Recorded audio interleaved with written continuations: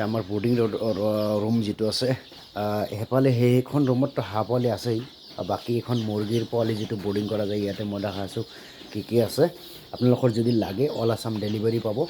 এইটো চাওক প্ৰথমত মই দেখা আছোঁ RIR এইটো আজি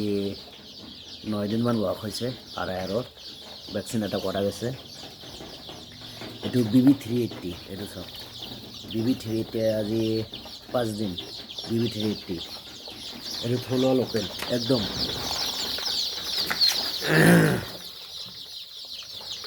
থলুৱা লোকেল এইটো আজি ভেকচিন কৰা গৈছে চ' অল আছাম ডেলিভাৰী লাগিলে পাই যাব আৰু হাঁহৰ পোৱালি সেইফালে সেইটো ৰুমত আছে এইটো চিল্কি পোৱালি অল আছাম ডেলিভাৰী পাব লাগিলে পাইকাৰী ৰেটত পাব